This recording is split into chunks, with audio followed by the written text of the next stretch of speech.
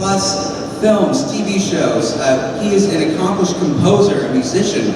So many things that we are excited to talk to him about. Please give it up for Dermot Mulroney.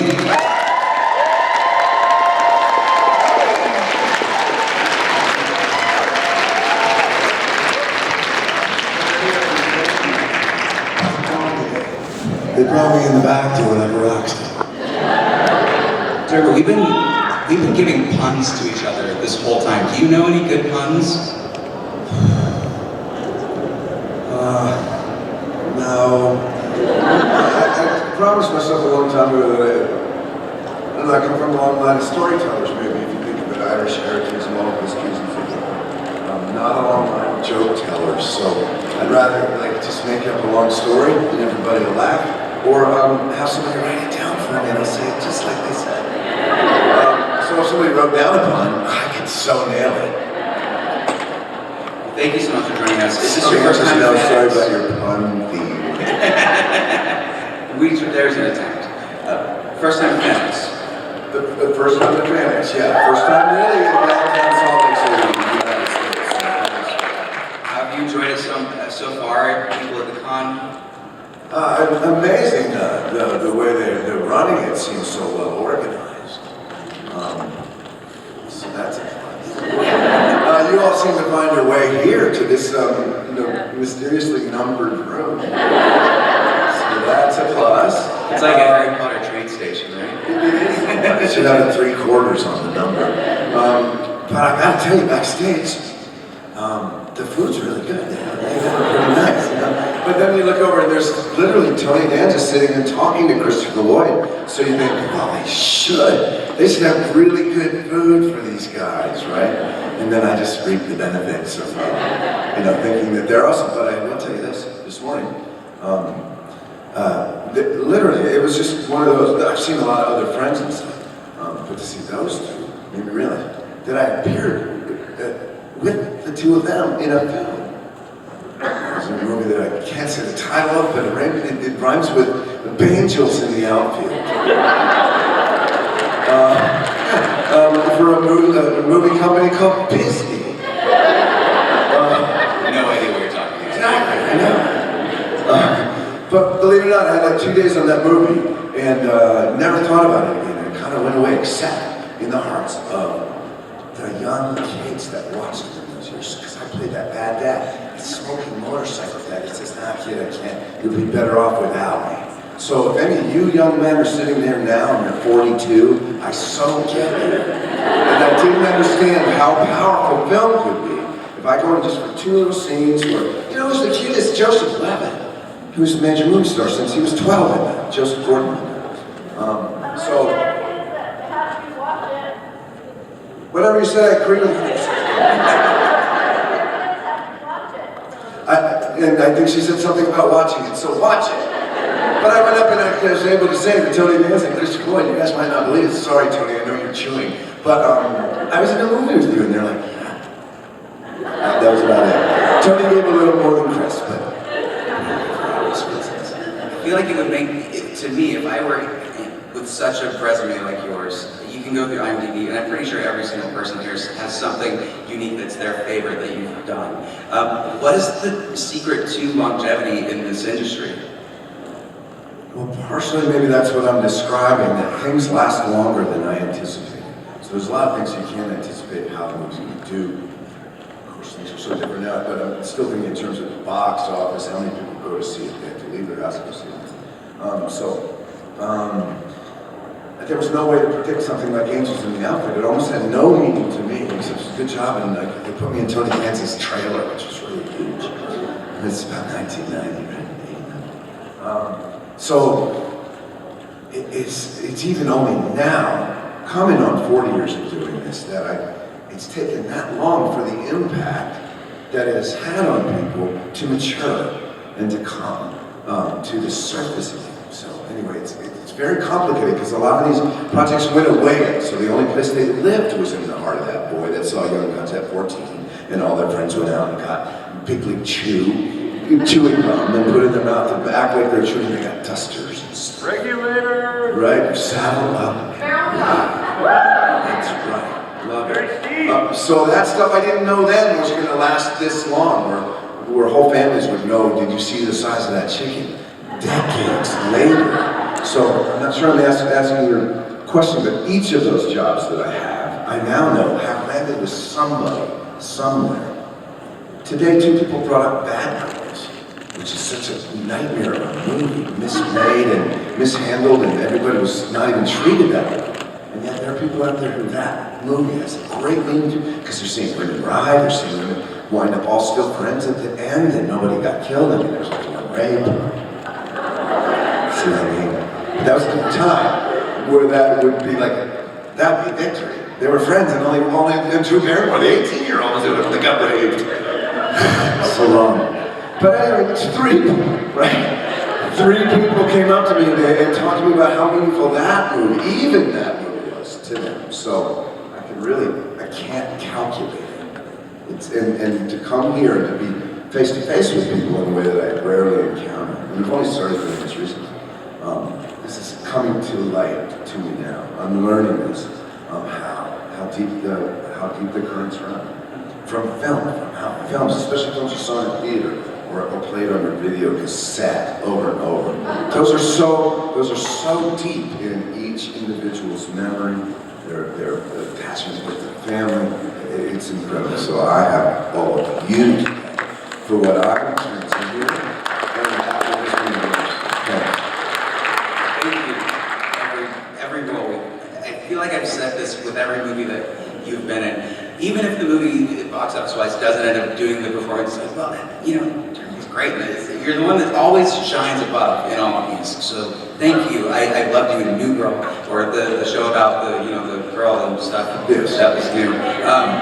But I want to talk about a couple. Just this year, actually, there was a certain superhero series that came out where you play a certain executive person, an executive branch of the U.S. government. Make some decisions towards the end. I am fascinated with what you felt going into such a big project like that versus maybe doing some more independent things. Is it really just catering that's the difference, or is there something more? No, really good question. I think they could have made that unnamed series that just came out on the Disney streaming service.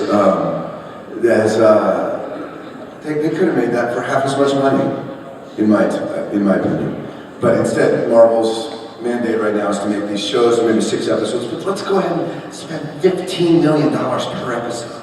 Right, when it's a car wreck and an alien invasion attack on the United States, they could have done it smaller and saved millions of dollars. That's how they're doing it. So they're taking all the equipment, giving all the time, the setup. In fact, I'm talking about that scene where the executive of the government is in a motorcade that gets attacked. And it's incredible in that episode of this series. But there's definitely a way they could have done that a lot cheaper. I forget what that answering.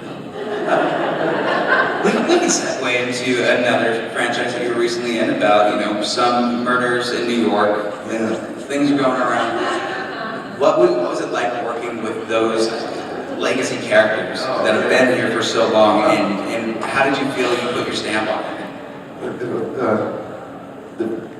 The first way this started was when I got the part. I was like, great, that's great.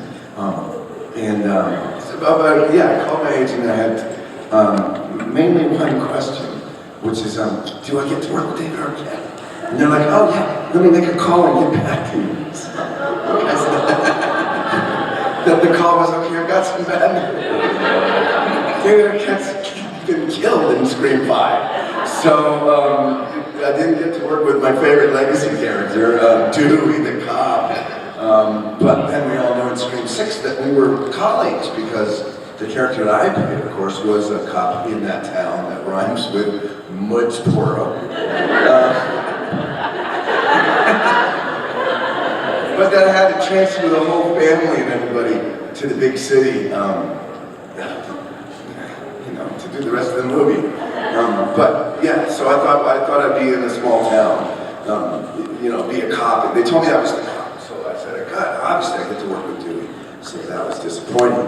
But Skeet came in to do that flashback in that 6th movie in that famous franchise, or franchise.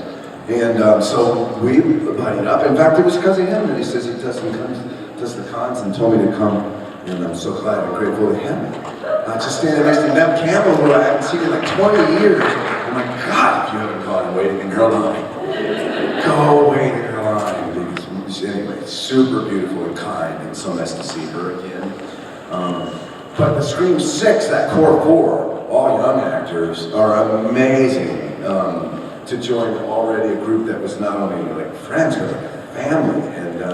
And I'm still on the group text with the guy. They haven't taken the old guy out of the group text yet. Things are going good. The day that happens, though, something's up. Right, then you'll know,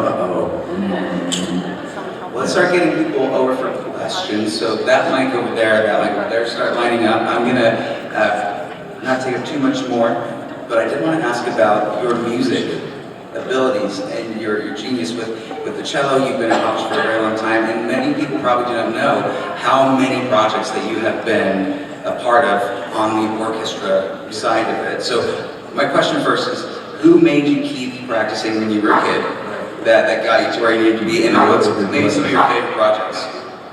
14 and 15-year-old right now who don't want to practice their instruments at all. So to get the kid through that phase is super crucial. So we're right there right now with them. But I liked it. I grew up, I started the cello in 7th grade in public school in Virginia, and I was just stuck with it. Because I was good. I was getting a lot of positive feedback. Crowded house, lots of brothers, sports and music and stuff. So I knew that there was an area where I shined, right? So that's why I kept practicing through. I also, by then, I'm competing in solo competitions and stuff, so there's like money to compete for and stuff like that. So it's like my own thing. But then that carried through, and because of a movie called... Guess the movie, everyone. Family Phone. Yeah, is that right? Phone. Yeah, Family Phone. That's where the brilliant composer Michael Giacchino and I met up, because Tom Bazooka, the director of that movie, said he plays cello, you should talk. And I said to Michael, well, I should come and play for him. He said, well, you have to be able to sit down and read sight music right away and play with him. I said, I can. So put me in, and he did. And I probably played on more than 20 film scores, where so you picture me sitting with 10 other cellists in an orchestra, furiously reading music that I'd never seen before, watching the piano, the conductor, the first cellist, to see how he's blowing and playing. And so that's one of the most exciting things in a life full of exciting things that I get to do. Crazy different movies, Coco, Incredibles 2, 3 of the Planet of the Apes, 2 of the Mission Impossibles, John Carter on Mars. If you didn't ever see that movie, don't bother. But if you ever want to hear a brilliant score by Michael Giacchino, it's one of his best in my opinion, just because. So the list goes on and on and on. I even have a chill of gratitude on my arm that skill carried over into my adult life in a way that was never destined to be, but other forces came to bear. There's one missed thing on my IMDb. It says I'm a solo cellist on Rogue One, a Star Wars story, and I'm not. So that's actually, I'd correct it if I can, because it misplaces me in the rank of cellos. I'm just a section member. I played for over 2 weeks on that movie, which has an incredible score with John Williams themes in it. That's like a wall-to-wall score from the beginning of a 3-hour movie right to the end. So that was an amazing experience for me too, to play with an orchestra on that. And then it puts me in the Star Wars universe. The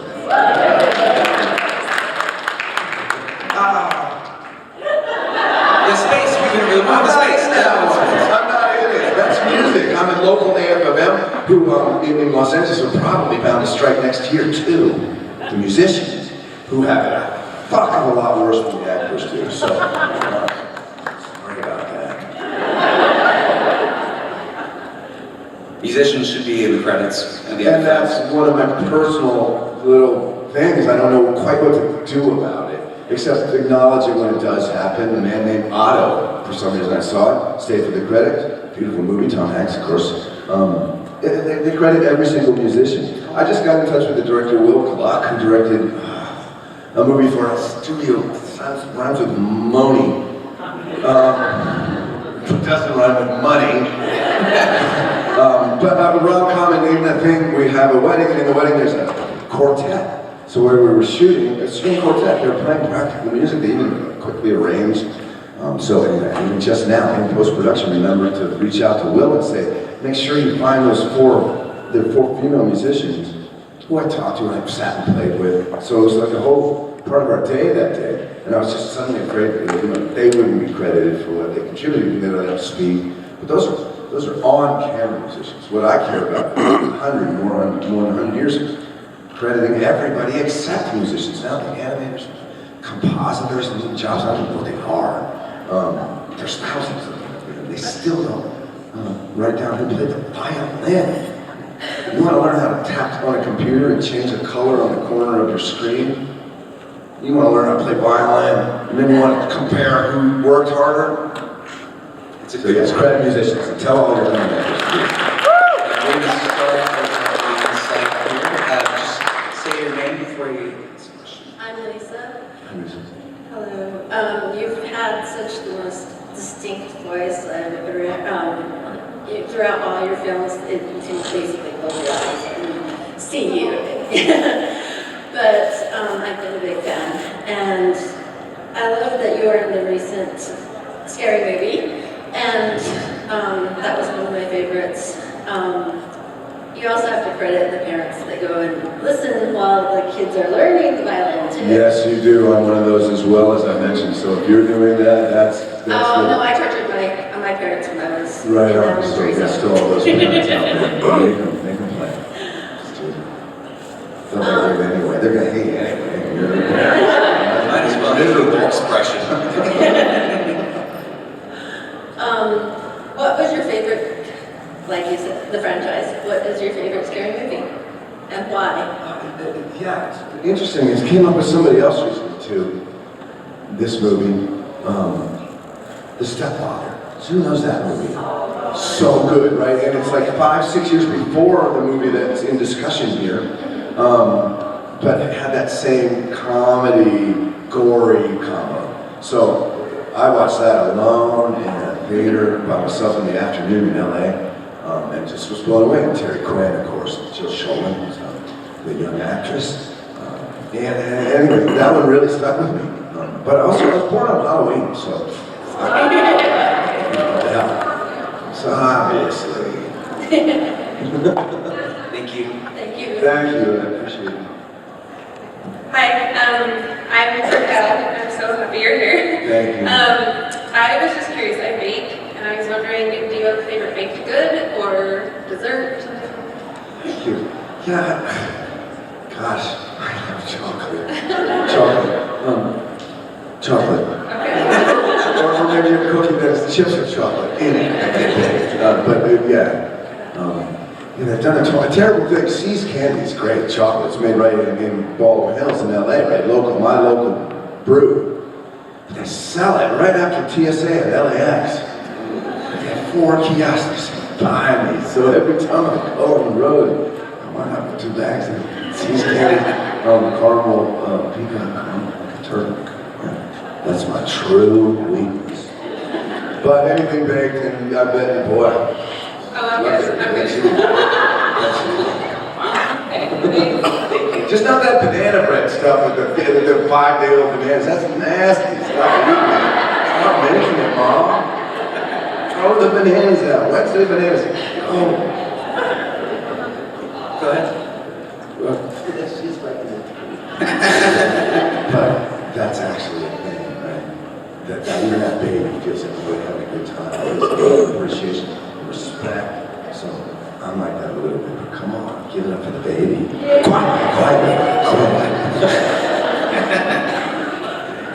Go ahead, man. Good to see you. Bonjour. This is Ron. He came all the way from Paris. Paris, France. Not just to collect me, but most of the other cast members of that notorious horror franchise. Did you really? That's awesome. Give it up for you. That's such a fun Thank you. What question? Anything?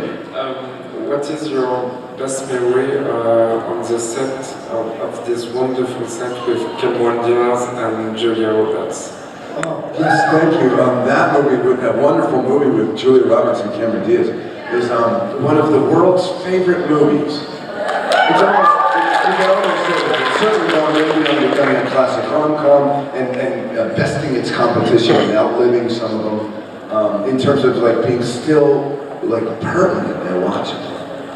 Thank you for asking about that. I'm so proud. It was a life-altering event. Of course, here too, I didn't calculate that. 28 years ago. But more so than ever, now I recognize that just walking in that room, I auditioned a couple other guys. And auditioned with Julia for the part. So that's when the first day I met her. And we've been friends ever since. By the way, she just sent me a text of her dropping her Hazel out of college. That's 2 weeks ago. So, an amazing experience to remain friends with Cameron and Rupert just as well. I reworked again with Rachel Griffiths, who was so brilliant as this slutty cousin, the twins, right, from Texas. And so I just worked with her again and became her friend once again. That was really lovely recently this year. So I can't say enough about that movie, but that one I knew was going to be a hit. Julia had done some darker movies. She was like the moment she's coming back as America's Sweetheart. It was kind of like announced. This is the movie where she's going to have all of her red hair again. So I knew that was going to be a hit. No way could I calculate like that much time leading to today where people travel across the world to ask me about that movie. Come on, it's incredible. So much love, you guys. I can't put it into words. Thank you so much. Thank you, John. Thank you very much. Awesome. Actually, it's Hilly Fire. Oh my goodness, I was not looking closely. It's okay. Now you know my vision, so. That's why I wear glasses. But my question is actually in regards to that same movie, which I saw, about 28 years ago. You were also the very first actor, and I was like, oh my gosh, she's so cute. Anyways. So crazy. Me too. So, my favorite scene in that movie is the karaoke scene. Yeah. And my question is, what is your go-to karaoke song? Oh, thank you. I'll tell you this, I watched this movie projected in the theater recently. I'll tell you 2 or 3 things about it. While I was preparing to make this other rom-com, we're shooting it in Australia. So the director screened it for the whole cast. So when that scene comes up, the karaoke scene, for some reason, inexplicably, I burst into tears. It just Cameron. But the other fun part of watching that, Sydney Sweeney's the star of this new rom-com called Anyone But You. Tentatively called Anyone But You. There we go, not happy. And there's a scene where, gosh, she's leaning on my hotel room door, and I open the door and she falls down onto the back. Crafted the shot because she falls into the room. And the ring is still stuck on her finger, so I have to get it off. And the character uses his mouth to do it. So I was shocked because I hadn't seen it. It's a big screen, it's super fucking hot. It's so good the way that scene plays out in a very authentic way. It's supported, by the characters. It's really sexy. So this is the funny part. I'm watching it. Sydney Sweeney's like top of the town right now. Really castable, beautiful, beautiful talent young actress. That scene comes on, and this is what I say. Dad. She's sitting in front of me. So my karaoke, I sing country music with my brother, so I think we're going to call the band Jackrabbit, so look out for that. So I'm actually a singer, but so karaoke, I don't know, a lot of times like loungy type songs, Sinatra, Tom Jones. Sometimes I'll sing like that for fun, yeah. What about you? What's your go-to karaoke song? Depends on how drunk I am. Right. Well, how soon do you get to say a little prayer for me? 2 shots. 2 shots, there you go. That's a 2-shot karaoke song. Hey, how you doing? Hi. Hi. My name is Marcia, and I was wondering what made you I want to act. This is 100% what I want to do. Wow, thanks for the question, Ambrosia. I was a kid, 7 years old. when there's a woman in our neighborhood that put on plays in the backyard, like Shakespeare plays, but with kids. So we'd make the sets and all that. So you can picture like a neighborhood thing. So right away when I did it that first summer, I knew I really loved it. And kind of like now, I thrive on attention, right? And applause like kind of fuels me. I feel like you can draw that line right back to that first time I took a curtain call in that summer when I was 7 in Virginia. But by the time I was in college, I'd done a couple things in high school, but I thought it was a long shot. I thought it was crazy to try. So don't be that, because my experience showed that I should have just tried because it happened. You know, it was meant to happen. We can all agree on that by now. Or they would have long ago kicked me out of Hollywood and not had me in playing interesting characters on that. So I was supposed to be here doing that. So sometimes people just find what they were meant to be. Sometimes people look a whole life. But you seem like a person who's already got big ideas if you're asking that question. So go for it. But know that, that we're out here pulling for you. Let's say that, right? Thank you. It's inspiration right there. So my original question I was going to ask was about rom-coms, but you kind of sideways said that you're working on another rom-com, which I think is fantastic because I've always preferred you in rom-coms because you're my teen heartthrob. So I'll ask instead, what is a favorite vacation destination that you've had, or a dream vacation that you have not gone to yet? Gosh, you guys, such a nice question. I missed a vacation this summer. I was working, it was a summer school, so I stayed home with one kid, and the other went over to Sicily with my Italian wife, Italian woman. So gosh, I really missed that, seeing them jump off a boat into the Mediterranean and all that. It's like, Of course, now, it's hard to describe, but you know, you're like actually watching your wife on Instagram, having a really good time. Like somebody on Instagram that goes to beautiful places like Sicily. This feels wrong. It should be like maybe a picture book when you get home, or a slideshow. When you go to your neighbor's house and they make you watch a slideshow on a trip to Sicily. It's true. That's how we used to do it. But I don't get a lot of vacations, and I travel a ton. And I'm always ready to like take a job because I love it so much. And so, I don't know. I was trying to get a camping trip in with my kids. We used to do a lot more when they were younger, and like each of them individually said this month, remember, we gotta get a camping trip into that. So it wasn't this weekend or next, I think, but that's where I try to get up. For us in LA, we head up to the bottom of the Sierras at the Redwood Sequoia. We have great mountains in Utah too. You could have brought them. It's so beautiful here. Thank you. I'll be back to explore them later. Thank you so much. The local, throwing out to the locals, yeah. Zion, woo! Yeah, where's Utah? You know, good. Hey. Hello, my name is Crystal. Oh, let's move the mic up just a, yeah. There you go. Can you hear me now? Yes. I'm Crystal. Hello. Hi, Crystal. Hi. The baby that you pointed out is my niece, Heliona. Her mom in the white shirt, they traveled all the way from Prescott, Arizona to meet you because she's your unknown wife. Wow, I didn't know we were married. That's incredible. That's not my baby. Just saying. Aside from your extremely seductively beautiful salt and pepper hair, I love this family. we adore and love the scar on your lip. And I just wanted to hear the story on how you received that. My lip scar has returned as a point of interest. I can tell you the very first time I was in the magazine, back when people were in magazine, you know, like a profile of a newcomer actor.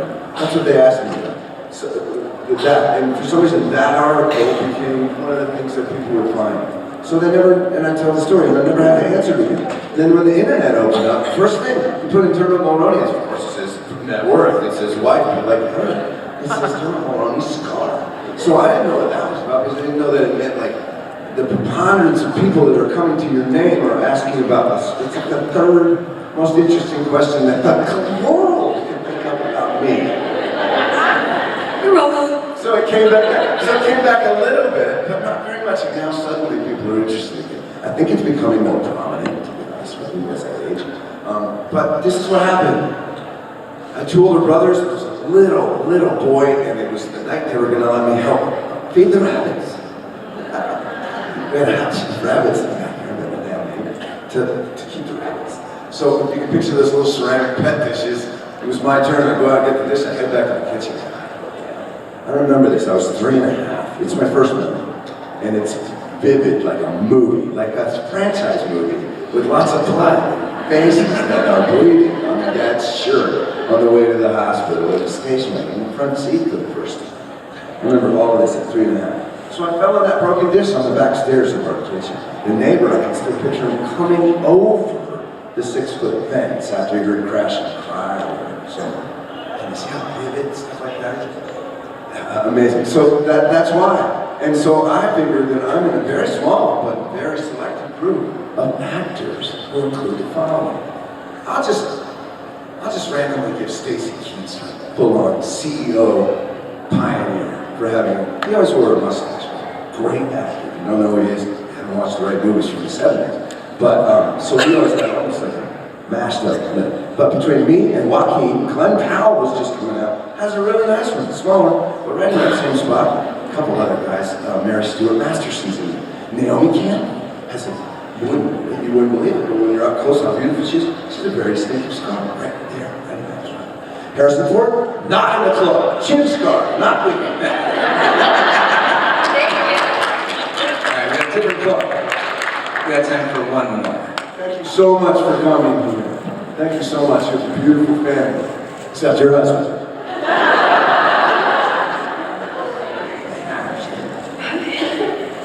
Hi, my name is Jessica, and I absolutely admire you as an actor. You're an amazing person, I think. I'm a musician too, but anyway, besides the point, is, I guess the other two-part question. How did you find your passion in life, and what keeps you motivated or focused in that aspect? Thank you. I can sort of continue that answer, discovering acting that summer and then through high school and stuff, but I have to mention that my mother, still alive, 91, sorry, yesterday, out on the Cape. Thank you. Eleanor, and was an actor. Not a professional actor. She took acting at the University of Iowa in the 50s.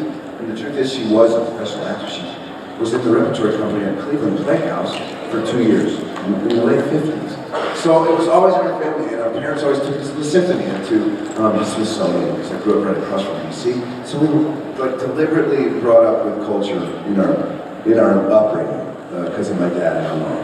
And so that's what got me. It was like, I didn't question it.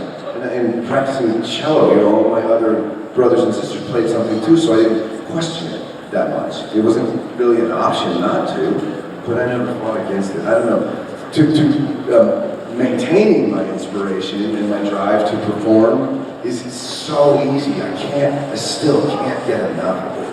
I can't. Even now, you're going to see times are tougher and all that. We're not being paid the way we might have, post payments for how many people watch it. That's all gone. Consequently, I do lots of different types of movies, and even admittedly, different quality of movies. Somebody else said that I'm always the one that's like good in the movie. That's not at all true, but I am trying so hard to be authentic, even if I know the movie's got flaws or the script's not there. I'll take that part and then I'll see it as my inspiration to get in there and make that movie better. A lot of times I can't change a word. I can't, put it in a different place or change the scene. But so that's just down to the only thing that I can control is how real and how we want to put it, how good the acting is. It's what I'm shooting for. But then outside of that target, it's all I want. This wide, incredible array of characters that they still keep coming to me for, so it's irresistible. I sprang out of bed in the morning. Oh, except this morning. I'm in that hotel in Boston. I was at a film festival until midnight with my son. Only had 3 hours of sleep, and I couldn't sleep at all because I was like, God, I'm not going to sleep through the alarm. Well, I didn't set the alarm for 4 a.m. So I spring awake at 4:25, and guess what? Clyde missed his flight, but I made mine. He had a 5:45 flight out of Logan, and I had a 6:10 and I made it. So anyway, he got to Cleveland safely. It just cost me another half an airfare. So yeah, most days I screwed up. But once I got out of bed, I was really excited. I just was a little sleepy.